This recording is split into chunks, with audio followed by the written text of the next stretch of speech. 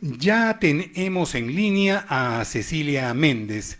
Ella es historiadora y analista de nuestro presente para poder comprender el futuro y avisorar las líneas sobre las cuales transcurre la historia de nuestro país. Cecilia, muchísimas gracias por haber accedido a concedernos tu tiempo, parte de tu tiempo, a esta conversación aquí en Caja de Resonancia. Buenos días y encantada de estar con ustedes. Cecilia, durante estos últimos días han sucedido muchas cosas en nuestro país, a nivel Ujú, principalmente de lo que es el copamiento ya casi total de lo que es la ujú, institucionalidad, entre comillas, para mí democrática, que ujú, asegura la alianza actualmente en el gobierno, en el Congreso, no solamente el ujú, posiblemente ganar las próximas elecciones, sino el ujú, perpetuarse en bastantes años hacia adelante. Quisiéramos saber cuál es ujú. tu impresión, cómo tú evalúas, analizas todo lo que ha venido sucediendo en el país en estos últimos días y obviamente tratar de trazarle una perspectiva histórica. Sí, bueno, yo creo que estamos, no sé si se escucha bien, si quieren que baje el volumen, me Perfecto, está avisan. saliendo, perfecto. Sí, ok. Eh, Mira, yo, mi sensación es, primero mi impresión personal, emocional, es que es muy trágico lo que estamos viendo, ¿no? Porque, ¿por qué es trágico? Porque si nada más recordamos lo que sucedía hace un año, en marzo del año pasado, tuvimos una de las movilizaciones más masivas, más grandes, más importantes a nivel nacional y sobre todo movilizaciones que partieron de espacios rurales de nuestro país, de gente muy pobre, de gente que se movilizó por sus derechos y esas fueron aplastadas de una manera sangrienta eh, y fueron movilizaciones en la evaluación final de esos 3 meses abrumadoramente pacíficas, ¿no? Eh, entonces, creo que ese es un primer punto que no hay que olvidar. A que hay una reserva democrática en el país. No voy a decir que todas las organizaciones que se movilizaron tenían pues una meta política clarísima, porque creo que de eso no se trataba, pero sí tenían unos puntos muy claros, que era expresarse para defender derechos que en principio son derechos democráticos, o sea, derecho a la participación política, derecho a la representatividad, a ser representados, porque hay que recordar que esas movilizaciones empezaron desde antes incluso que se ha elegido Castillo para defender el voto en la segunda vuelta, antes que Castillo tomara la presidencia, cuando ya se supo luego el resultado, se quiso impedir que él fuera al poder. Entonces, que él fuera, digamos, eh, reconocido como presidente y que asumiera la presidencia. Entonces hay que, creo que recordar, antes de hacer cualquier balance, que nosotros hemos tenido movilizaciones muy potentes, muy importantes, y movilizaciones de esa magnitud no se han dado en décadas en el Perú, décadas que yo recuerde, por ejemplo, no he visto una cosa así tan sostenida y sobre todo que movilicen gente de diferentes puntos del país, sobre todo del sur, pero no solamente del sur, hacia Lima, con una constancia y una consistencia y con un nivel de apoyo en Lima de los sectores más identificados con ellas, por ejemplo, en Lima Norte, Lima Sur, Lima Centro, ¿no? Entonces creo que hay que empezar por eso, o sea, ¿por Ya. qué la reacción que vemos es tan brutal, tan violenta? No es que esas actitudes políticas no hayan estado, porque estaban antes, pero Castillo, querrámoslo o no, significa un quiebre que, aunque su gobierno haya sido un fracaso, aunque él como líder haya sido un fracaso, aunque él como líder haya decepcionado incluso a los que les eligieron, él estaba canalizando, servía como catalizador de una movilización, o sirvió como catalizador de una movilización democrática. Y eso yo Creo que eso creo es lo que es primero que hay algo que que no tener en lo... cuenta. Y eso que tú Ujú. señalas, yo creo que es algo que no se valoriza, que no se toma toda la Sí. dimensión que ha tenido. Exactamente. Y eso es lo trágico para mí, porque no es que no tengamos esas reservas y esos recursos, sino que han quedado sin apoyo y han quedado además estigmatizados porque justamente Castillo no estuvo a la altura, ¿no es cierto? Castillo no estuvo a la altura. Entonces creo que es importante como analistas nosotros, como gente que evalúa nuestra política, que podamos separar las cosas, ¿no?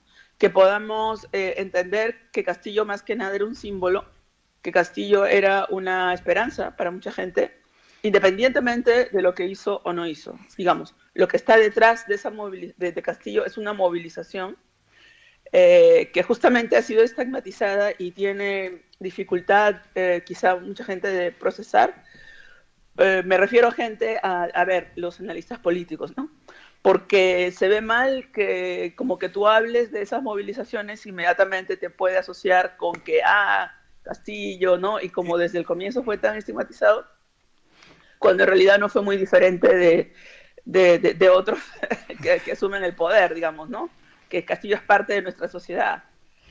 Pero hay que reconocer dónde está el valor de esas movilizaciones, me parece muy Así es. importante a mí, Cecilia, porque fueron, sí, reconociendo ese valor que me uh-huh, parece que es importantísimo recordarlo uh-huh, y ponerlo en la uh-huh, escena, ¿qué es lo uh-huh, que ha ocurrido o cuáles son las características más bien de los que están en el poder en ejercicio que ha hecho que uh-huh, no les haga mella en absoluto, que además de la represión brutal no signifique uh-huh, nada para ellos o ellas y más bien uh-huh, entren en una escalada de concentremos más poder, destruyamos más instituciones, arrasemos uh-huh, con la poca democracia que tenemos? ¿Qué características tiene el poder en ejercicio que no es uh-huh, mínimamente sensible a la manifestación popular?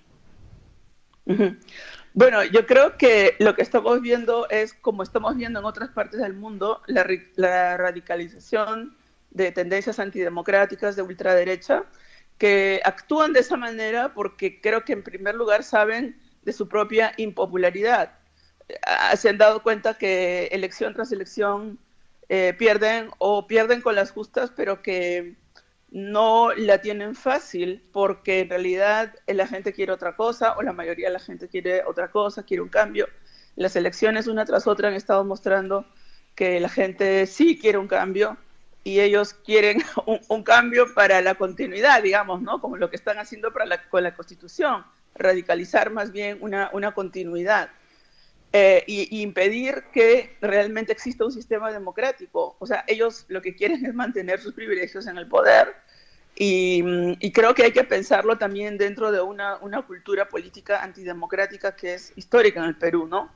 Entonces, el Perú tiene una característica, si lo comparamos con otros países de América Latina, sobre todo, digamos, los más estudiados, porque tampoco puedo decirte que yo he estudiado todos, pero el Perú, cuando en los años 30, 40, 50, en otros países, o sea, del siglo XX, ¿no? 1930, esas décadas, 40, 50, 60, hasta los 50, bueno, hubo todo un proceso en el cual las élites políticas o los presidentes que tomaron el poder eh, crearon alternativas para un desarrollo político autónomo frente a las fuerzas que querían sojuzgar sus economías, ¿no? Ahí estaban los famosos populismos que tenían como característica el nacionalismo y crearon lo que se llama la sustitución de importaciones, las industrias por sustitución de importaciones,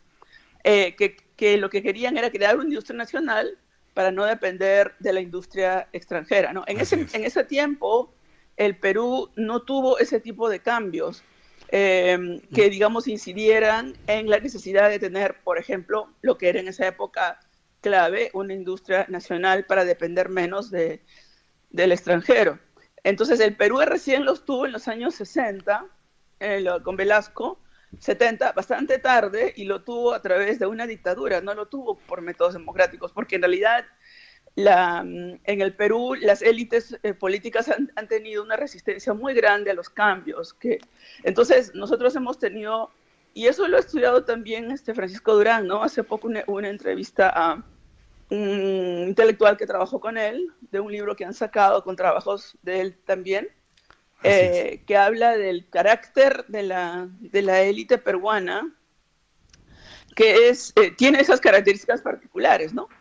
Entonces, creo que hay ahí un tema histórico que hace que nosotros tengamos que luchar no solamente contra una coyuntura particular, sino contra una historia, en realidad, de una élite bastante encerrada en sí misma, y que esa misma élite no ha querido realizar las reformas que necesita el país, ¿no?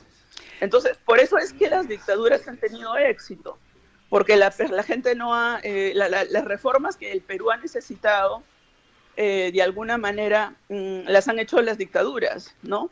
No las han hecho las democracias.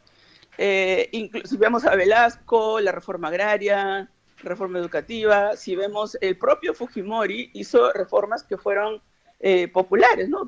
Hay que reconocer que Fujimori tuvo una base popular importante y que tuvo bastante popularidad su dictadura, a pesar de todos los crímenes que se cometían. Entonces son realidades duras que tenemos que toma trabajo salir, ¿no?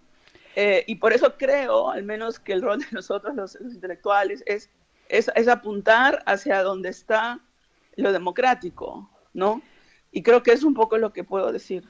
Ahora, tú nos estás aclarando que nosotros tenemos una élite política como retrógrada, digamos, que no se puso al compás de los tiempos para modernizar, generar industria, generar instituciones, generar democracia, ¿no es cierto?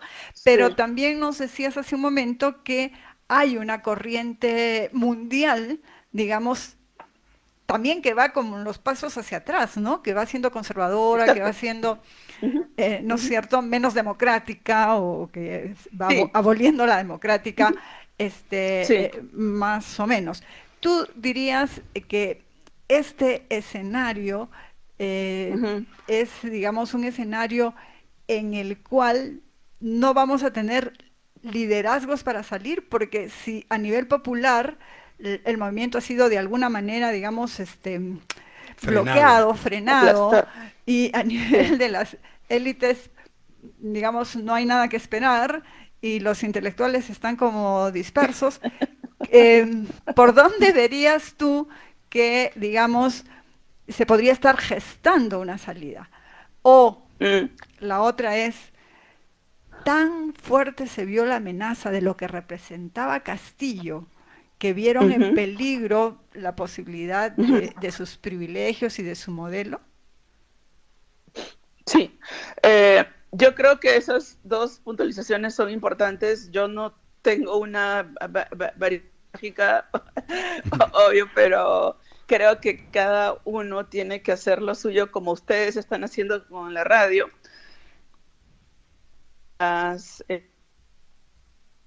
También que tiene el Perú en relación a otros países es que incluso la derecha no tiene un partido histórico. ¿Por qué no tiene un partido histórico la derecha? O sea, porque tiene la prensa, ¿no? Entonces la prensa, los medios o sea, los poderes fácticos, digamos, han gobernado el Perú. Por eso es que estamos tan desorientados en términos de liderazgo político, porque los propios políticos que han sido elegidos en los últimos 20 años, o digamos cuando se recupera, entre comillas, la democracia, desde el 2000, ellos no han gobernado propiamente, ¿no? Ellos han administrado el poder, pero ellos no han tenido decisiones políticas autónomas, porque han sido absorbidos por esta élite que gobierna en realidad, por los poderes fácticos, por el gobierno mediático, digamos, de alguna manera, ¿no? Así es. Entonces, creo que lo que dices tú del mundo, que es algo que he estado observando también en otros comentarios y análisis, es que precisamente las olas de democratización, la corriente democratizadora en el mundo, sea a nivel de, por ejemplo, en Estados Unidos, la elección de Obama, para muchos estadounidenses que no podían concebir un país donde todos los blancos y no blancos fueran iguales, la existencia de Trump, la existencia del Tea Party, o sea, esa radicalización del Partido Republicano, responde justamente a la apertura del sistema a personas que no tenían acceso al poder político a ese nivel tan alto antes, como lo consideraban un negro, a pesar que Obama era un estadounidense como cualquier otro, pero era un extranjero, era un negro. Entonces, aparte de la crisis que hubo para las familias, digamos, obreras o de clase media, blanca, acostumbradas a cierto nivel de vida, o sea, se juntaron un montón de cosas. Pero en el Perú, en otros países pasa lo mismo, y también pasa lo mismo con el avance de los derechos de las mujeres. Por eso es que, por ejemplo, ha habido una reversión total de los derechos de las mujeres en Estados Unidos, y se ha eliminado un derecho que existía por 50 años, que era el derecho al aborto. Entonces, la democratización tiene muchos ángulos, y las corrientes, la violencia de las corrientes ultraconservadoras o reaccionarias o incluso fascistas responden a esa ola de democratización que tiene que ver con lo político, que tiene que ver con derechos de las minorías, ¿no? Entonces, creo que simplemente se trata de seguir persistiendo en las luchas por la democracia, que es lo único que nos puede sacar de mayor violencia, yo pienso, ¿no? Entonces, Cecilia. yo pienso que la esperanza, digamos, la historia no se puede predecir, pero sí podemos hacer algo, cada uno en su manera, o sea, los maestros como maestros, los políticos como políticos, que mientras uno haga algo, yo pienso que estamos bien. Yo no tengo digamos, mi mente no es para hacer un análisis que está fuera de la sociedad, porque yo entiendo la política y la sociedad como un todo que no se puede separar, ¿no? Así es. Cecilia, sí. Yo estuve ahí revisando algunas entrevistas y obviamente te leemos en las columnas que publicas en el diario La República, además de tus libros. Y en una entrevista dada a La República, precisamente allá por noviembre del 2022, tú señalabas, esta es una crisis sistémica y no es solo una crisis política. Más adelante decías, hemos tenido un sistema que nos ha llevado a donde estamos ahora. Y las soluciones no son reformas aquí o allá, aunque sean necesarias. ¿Podrías ampliar un poquito más esto que tú señalaste ya allá por noviembre del 2022, cuando ya prácticamente pues se preveía, se veía, no de repente con la exactitud que uno ya tiene después del partido, ¿no? Sobre cómo salió el resultado, pero ya se preveía, ¿no? Ya estábamos precisamente, marzo había sido la última gran movilización en el Perú, se asentaba la alianza de Dina Boluarte con el fujimorismo y comenzaba todo el plan de copamiento de instituciones que hoy día, y de modificación de la Constitución, que prácticamente hoy en día vemos, ¿no? ¿Cómo tú ves esto de que es una crisis sistémica y cómo ves de que las soluciones no son reformas aquí o allá, aunque sean necesarias? Claro, porque las reformas aquí o allá las hemos tenido. O sea, el mismo fujimorismo fue una reforma, ¿no es cierto? Así es. El mismo fujimorismo fue una reforma que, como decía antes, aunque fuera un gobierno dictatorial, aunque fuera un gobierno que estableciera escuadrones de la muerte, lo tenía como oculto. Hay muchas cosas que se han sabido luego, hay algunas que se sabían en ese momento, pero era un gobierno que tuvo dos características que lo mantuvieron, aparte de la represión brutal que lo hicieron popular, fue el salir de la crisis económica, y el otro fue el discurso de haber derrotado a Sendero Luminoso. Y entonces en ese momento, quizá cuando aunque se pueda cuestionar, ¿no es cierto?, que él no fue el que atrapó a Guzmán, que fue la policía, pero lo cierto es que violando derechos humanos, no violando derechos humanos o violándolos, lo cierto es que la gente percibió la, entre comillas, pacificación del país. O sea, percibió que ya terminaban los atentados. Y esas dos cosas las asociaron con el gobierno de Fujimori, que entonces que implementó una serie de reformas que inicialmente mucha gente las vio como positivas, ¿no? Por eso es que pero lo que estaba detrás era una dictadura muy brutal. Entonces, yo pienso que el tema es que esas reformas de la época del Fujimorismo han calado muy hondo en el sentido de que han creado en estas generaciones de peruanos la idea de que tú solo puedes salir adelante de manera individual. La idea de que el Estado estorba. Nosotros estamos viendo cómo esas reformas, que inicialmente eran reformas del Estado y dentro del Estado, han terminado desmantelando el Estado. Así es. O sea, tanto incidir en la individualidad, en el que tú sales adelante y que el mercado es lo que rige la sociedad y no el Estado, y terminar, no con, o sea, el Estado sigue existiendo en beneficio de ciertas personas corrientes. Por ejemplo, los agroexportadores tienen subvenciones, a pesar que ya no necesitan, pero si tú das una subvención escolar, etcétera, no, eso no está bien, ¿no es cierto? O sea, tiene que ser subvención. Entonces, digamos que la idea principal de estas reformas fujimoristas fueron que la gente no sea dependiente del Estado, ¿no es cierto? Que eliminar los subsidios, como hubo en todas partes del mundo, como hubo en Chile, como hubo, o sea, en otros menos, pero en el Perú fue muy radical. Así es. Entonces, lo que ha salido, lo que estamos viendo nosotros, la desintegración de lo que se llama pues el tejido social, de los vínculos entre personas, ha sido muy honda. O sea, esas reformas que inicialmente se supone que estaban contrabalanceando un estatismo fracasado, que fue el estatismo de Alan García, y el estatismo, digamos, el gobierno de Velasco, que lo antecedió, ¿no es cierto? Así es. La gente tenía razones para querer algo distinto, que no fuera, o sea, las empresas estatales no funcionaban bien, ¿no es cierto? Entonces,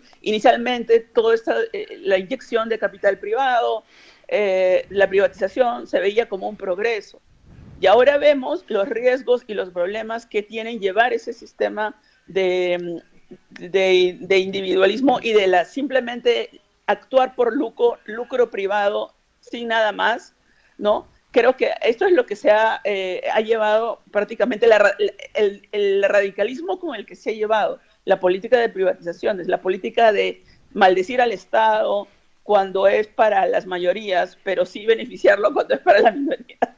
La idea de que existe un Estado muy pequeño, de que el Estado no tiene que hacerse cargo de la educación ni de nada y que todo tiene que ser para los privados.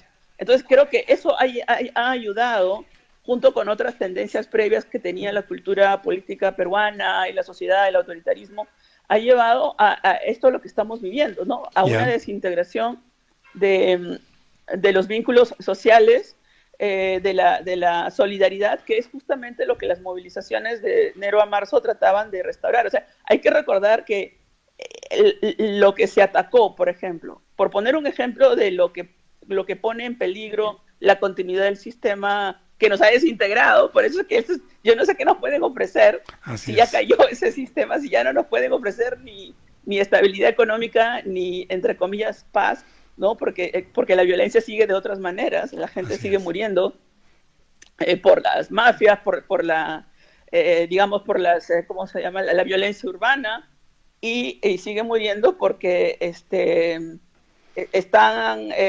las plagas vienen y el Estado no hace nada. O sea, estamos viendo la radicalización de la destrucción del Estado, digamos, de alguna manera, ¿no? Entonces, creo que por eso es que se necesita una perspectiva que ofrezca una idea de país más equilibrada, ¿no? Porque el Estado se necesita en una sociedad como la nuestra, pero tiene que estar al servicio de todos. Así es. Y la dificultad es cómo construir democracia, porque nosotros en el pasado no tenemos un modelo de democracia, tenemos modelos autoritarios. Así es. Entonces hay que tener mucha imaginación, y por eso una pregunta como la que ustedes me hacen es bastante difícil, porque hay que crearla, hay que crearla en la acción, ¿no es cierto? Así es. Y parte de eso me parece la memoria de los intentos que no se realizaron, pero que estuvieron encaminados a soluciones más democráticas. Creo que es un deber importante recordarlas y hacer la historia de esos personajes y de esos momentos históricos donde se plantearon salidas democráticas. Yo creo que por ahí, como historiadores, es lo que yo puedo decir. O sea, el deber de la memoria, el deber de la historia, ¿no? Cecilia. Que no se sepulten esos momentos que, no por haber fracasado o no por haber sido aplastados, deben ser olvidados. Cecilia, muchísimas gracias por el tiempo dedicado el día de hoy a Caja de Resonancia y esperamos no muy lejos tenerte nuevamente aquí para conversar y que nuestros oyentes puedan escuchar tus interesantes apreciaciones y análisis. Muchísimas gracias, Cecilia. Muchas gracias a ustedes. Saludos a todos. Gracias. Saludos a todos. Gracias, chao.